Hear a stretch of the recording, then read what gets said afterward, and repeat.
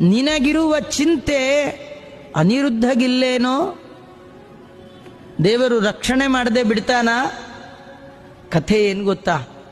ಅವನ ಅನುಗ್ರಹ ಇರುವ ತನಕ ಮಾತ್ರ ನಮಗೆ ರಕ್ಷಣೆ.